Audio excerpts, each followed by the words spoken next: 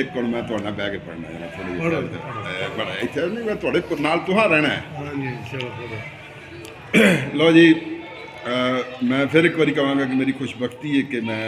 अज इन्होंने मिलने वास्ते मेरी तमन्ना सी ते मैं जिन्होंने मिले और इन्हों की मौजूदगी मैं पढ़न की गुस्ताखी कर रहा इन्होंने नाल बह के खैर हो खैर। असीं ठूठे दी सार की चट जाना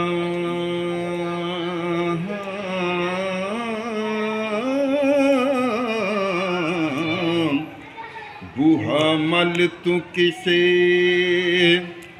कमियार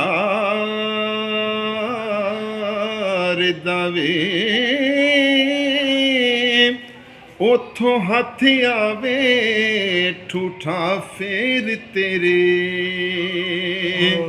ओ पैसे खर्चे ते कम संवारदा वे चारे पहर होई तेनू विचे वेड़े कोई आन के तुद नू मारदा वे सती आखदी खैर दे नाल जाई नित जान तेरी कोई मारदा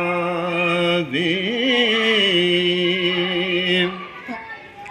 तैनू जरा फकीरी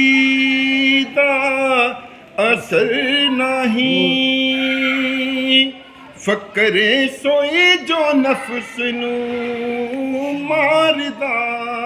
वे खुदी छड़ फकीर न होयो मूले फिर लद्या किबर हंकार दावे ते किडा तमा ते हिरस वधायोई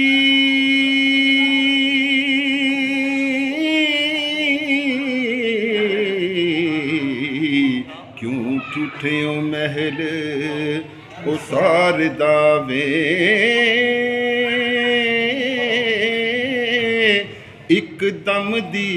वारसा खेड दुनिया रब बेवारिस कर मार दावे। लो जी सही जी लो जी इजाजत ने यार।